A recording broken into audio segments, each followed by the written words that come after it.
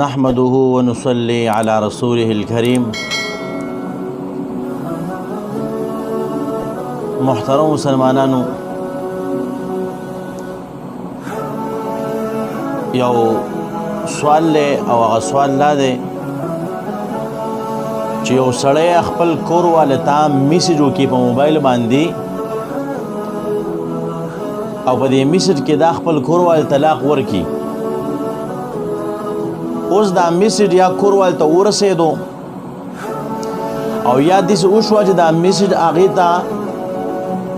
نه دی رسېدلی، په منځ کې څه مسله راغله، هغې چې کوم دی کور والا نه ده خبره شوي او د طلاق ورکړی دی، نو دا طلاق وشو که ونه شو؟ نو محترمو، طلاق یو داسې څیز دی شریعت کې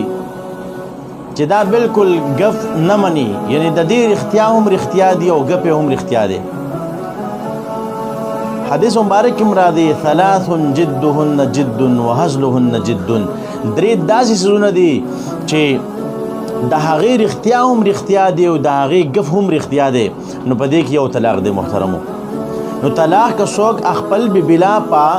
موبایل په رنګ باندې ورکوي هم طلاق واقع کیږي، او که څوک ورته میسج کوي هم واقع کیږي، که څوک ورته وایس میسج وکړي هم واقع کیږي، که څوک بل څوک ولیکي لاړ شه زما کور والے طلاق ورکړه هم واقع کیږي، او که څوک چې کوم دی خپل کور والے ته لیکل وکړي په لیکلي کې طلاق ورکړی محترمو، یعنی بهر حال کې طلاق واقع کیږي. نو محترمو، زما عرض وافل لی نن سبا طلاق عام شوی دی، خلک معاشره کې خپل کور والے چې کوم د طلاق ورکړي، په بازار کې به ډریور او کلینډر دی، دکاندار دی، بل کس دی، هغه خپل کور والے چې کوم د طلاق ورکړي وایي زما دی په ما باندې خپل کور والے طلاق کوي، او په 3 طلاق وشو به کې دا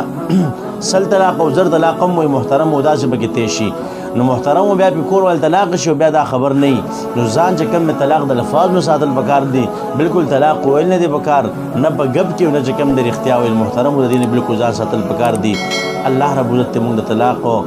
ورکول نه چې کوم دی الله رب عزت موږ ساتي. وما علینا الا البلاغ.